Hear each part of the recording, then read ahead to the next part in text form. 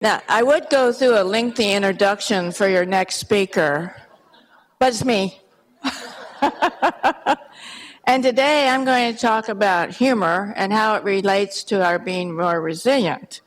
And so I have some definitions of this. Sense of humor. It's really how you see and feel humor more than anything else, but it's a trait of appreciating and being able to express the humorous. It doesn't mean being a jokester. It means seeing humor in issues or events or happenings. And resiliency, we all know that it's the ability to bounce back from adversity. And we all have those in our lives. We certainly face them every day in many ways with challenges. But the ability to bounce back. And to me, that is the most important lesson in life, because we are going to face those occasions. Now, I love this quote from Bob Newhart. He said that people with a sense of humor tend to be less egocentric and more realistic in their view of the world, and more humble in moments of success, and less defeated in times of travail. I think that's really true, because you don't take everything quite as being abnormal. The adversity is a normal part of life. And so being able to stay humble, it's easy to stay humble, and I'll tell you lots of reasons for that in life. But it does kind of change your view of the world if you see that, if you have that resilience and a sense of humor. Now, there are several things I use a sense of humor for, as using humor to rebalance. It actually can rebalance you mentally in the face of adversity. And laughing at myself. That's why I said the humility part comes pretty easily, because we are funny. If you think about some of the things we do or how we act or whatever, we can be quite humorous. Surrounding myself with people who laugh. I think this is extremely important, and I'm going to show you some examples of that today, because, humor and being positive, it's contagious. It really is, and so is being down in the dumps. So being positive is actually a much better way to live, because it does spread to other people and also makes them want to be around you more. So you have more support and more people to laugh at. Now, laughing is quite important in many ways, and you'll frequently see this expression: laughter is the best medicine. And here are pictures of the participants and the people giving the talks laughing during our mini med school, and particularly during our hula, because we had a lot to laugh about in that case. But there's a very interesting event that happens right before you laugh. You get a wave of electricity that goes through your entire brain. So you kind of get an electrical boost, even when you're starting to think about laughing. So it's really neat, I think. And there's scientific evidence, a great deal actually, that laughter is healthy. It boosts immunity. These are the physical and the mental and the social. The boost immunity, this is because it induces the increase in what we call natural killer cells, which take care of invaders in our bodies and help us heal. Lowers stress. It lowers cortisol, which is a stress hormone, which goes up when we're stressed and comes down when we laugh. Increased endorphins. Now, some people run enough to get that runner's high from endorphins. I've never experienced that. So I have to get it from laughter. It relaxes your muscles for up to 45 minutes after you have a good hearty laugh. And it increases blood flow, which helps your heart disease issues. And so there are a lot of physical attributes to laughing, and certainly many mental and social. And all those you can read about, and I think they're quite true from my view. But you notice how enhances resilience is listed under the mental health benefits. And I think that's quite true. Now, we always want to hear from folks who live a long time, and so centenarians are a good source of information about what makes that possible. And when they were asked, These are the reasons they gave most frequently. And you notice the third one there is laugh and have a sense of humor. This is what they thought was very important in helping them live longer, but also having a happy, productive life. And so it really does help on longevity and health. And I'm going to take you, I like this last one too here. Most important thing to avoid is stress. Since I don't yet have the speaker for graduation, I'm not stressed at all. So I may be doing that part too. But right now I'm going to take you on a picture tour regarding my own sense of humor and laughter in my life. And to start off, when I was a young girl, I was very introverted and very quiet and shy. Hard to imagine, right? Well, it started changing when I got to high school. I tended to be a little more extroverted. And then as I became a full adult, everything went. But, you know, being an extrovert, it doesn't mean you're necessarily have a sense of humor. Introverts and extroverts both have sense of humor. It's just in a different way sometimes. Now, Bill's an introvert and I'm an extrovert. And yet we laugh a lot, particularly at each other. But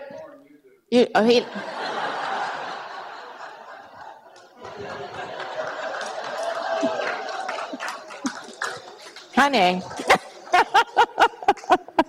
he's a toot. But of course, one of the reasons I think that I have a strong sense of humor is my family. I grew up with a family who laughed. These are my parents and my two brothers. And in our family, teasing was an expression of love. And so you always were constantly teasing each other and laughing about what we were doing, pulling jokes. So I'm going to tell you this story about the green gloves.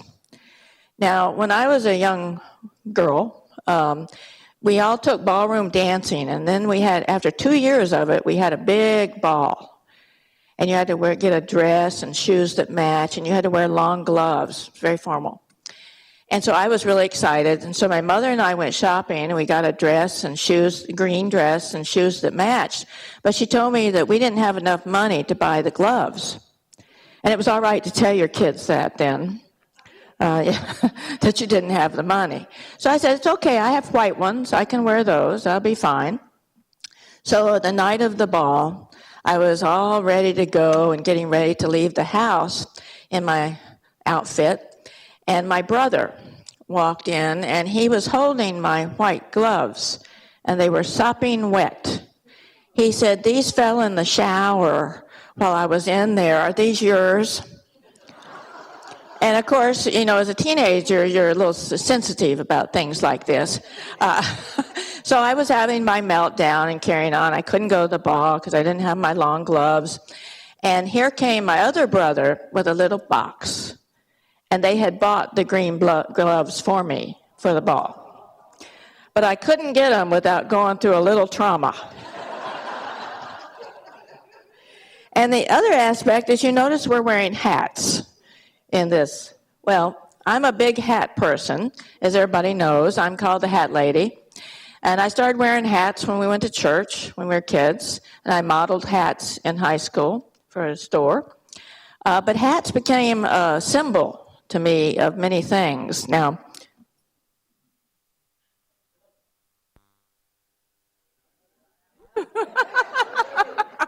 many of you might recognize this one.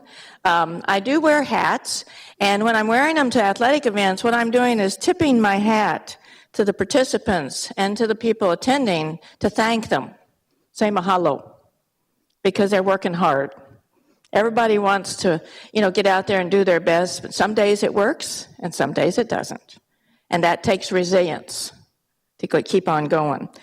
And also I do it because I want people to know, and when I'm in a position like Chancellor, that we're there to support them. And it's highly visible, so you can notice it. And lastly, but not least, it's fun. You can have a lot of fun with hats. And so I do use them. But over the years, my use of hats did change. I do still wear them, as you know. I've worn them here. Changing hats with people you're meeting with. When you want to truly listen to a person, act like you're wearing their hat and you're thinking through their head, not yours. You're not so busy with your own hat. You've taken it off and you put on their hat.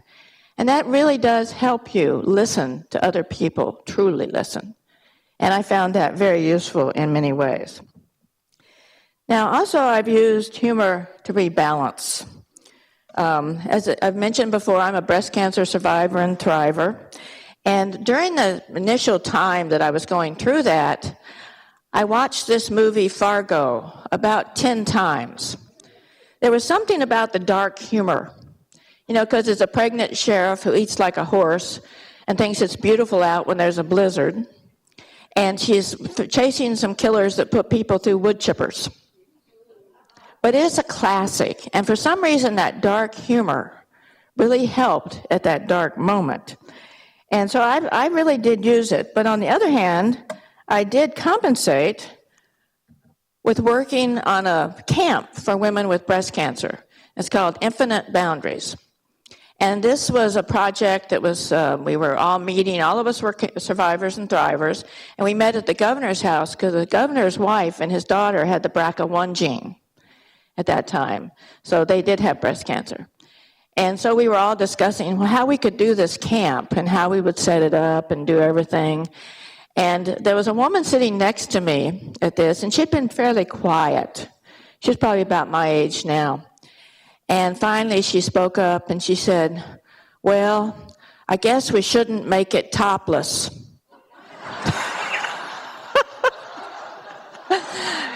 Now, that's a type of dark humor.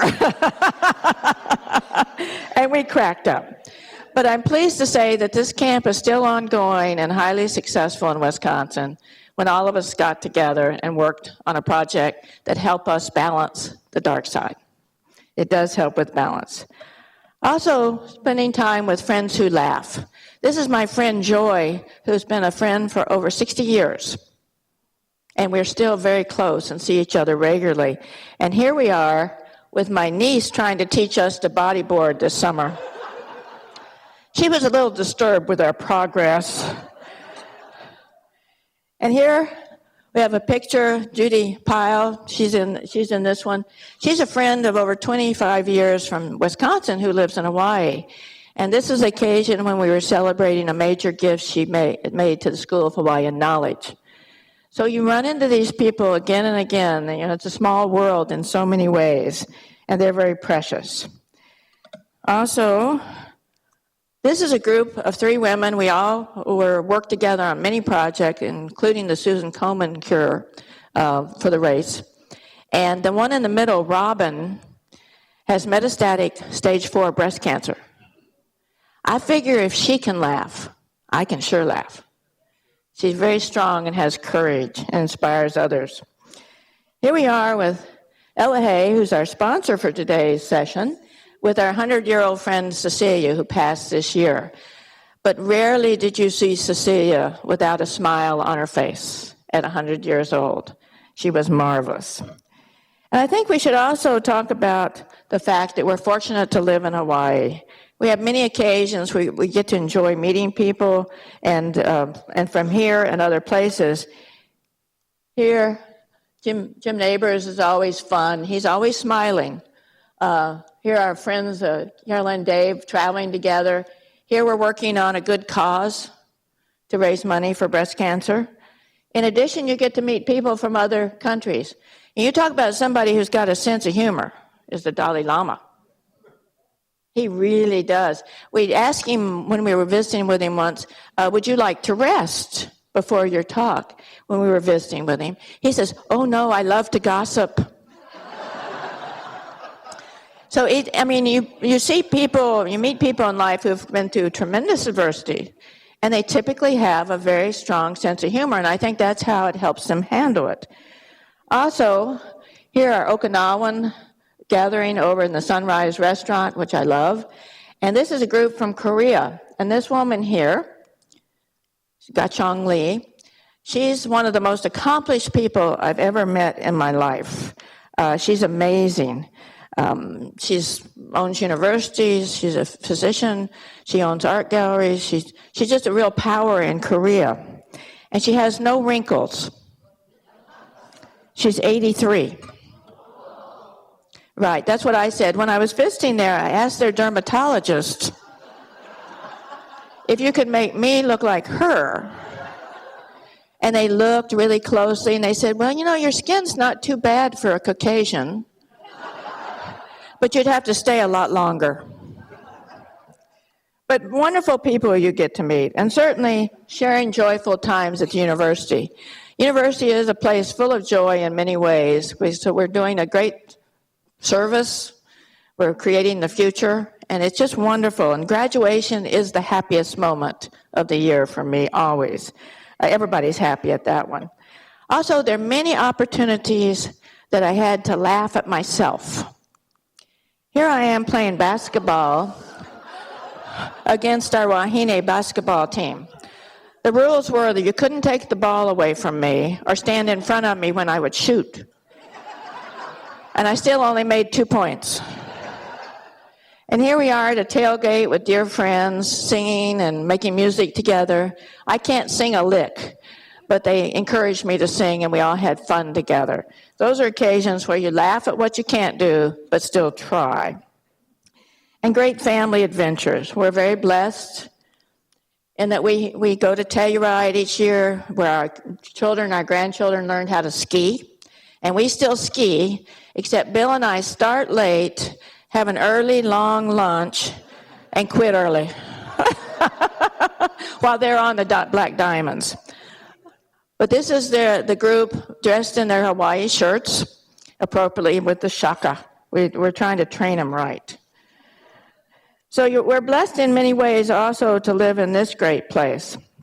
And I am very grateful to live in Hawaii. These are the other moments. You don't have to be doing something fancy like skiing. We're here at the volleyball game, just hugging. This was our 50th anniversary together.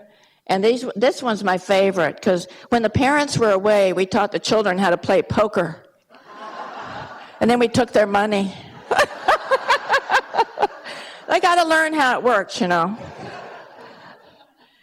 But in Hawaii, we're really fortunate, because here I caught my first octopus. That was that was a really exciting adventure. And I had probably my only one to catch. This is my first graduate student from Wisconsin. She was born in Hawaii. So we still get together out here in Hawaii because her family is still here. And I love this one, whales. They bring peace to your soul. They're so majestic. And I also isolated influenza viruses from whales many years ago. There aren't many of those, so I just want y'all to know that. And of course, I'm blessed in another way. I am married to my high school sweetheart, Bill, who's in the class, and for 52 years now. And we have a lot of fun together. Tomorrow we take off to Costa Rica to celebrate our 50th 2 years late. The dates don't matter quite as much after 50 years. But also, all of these are what I call creating rocking chair memories. And as we know, as time goes on, we have fewer of our colleagues and friends and relatives, so we have to make new ones to do that. It's important to constantly be social and interact with people, because others do pass, and we're sad about that. But we also have to keep stimulating our social interactions. But I have this up in my office, and this is the UH trustees gave this to me, and it's all different pictures of good times. I believe in remembering the good times. I don't believe in living in the past, but remembering the good times, very important. And you'll notice two dominant themes in these pictures: hats and smiles. Those are two kind of that go together for me. Most important saying that I'd like to leave you with is keep company with those who may make you better. I think the mini med school is just such company. And that really is important because these people can make you laugh, overcome difficulties, and refresh your soul and your mind. And that's what we're about here today and throughout the course. Now, I do have homework. I just can't give it up, folks, because I think it's important. This is a homework I'd like for you to engage in, is make a list of what makes you laugh so that you make sure you incorporate it into your life, because it's different for everybody. But make a list. And then call or visit someone who will make you laugh, and then share memories or events and make them laugh, and then see how you feel afterwards. It's a really neat feeling if you want to boost and feel like you can be resilient even in the face of adversity. I know one of our members was talking to somebody who just had surgery right before we started the class. She was helping that person deal with it and helping her be resilient and overcoming the difficulties of that. And then laugh together and enjoy it. Enjoy the feeling. And I'm going to tell y'all that you folks in the mini med school make my heart smile today. And so I'm very grateful for that. Mahalo nui loa.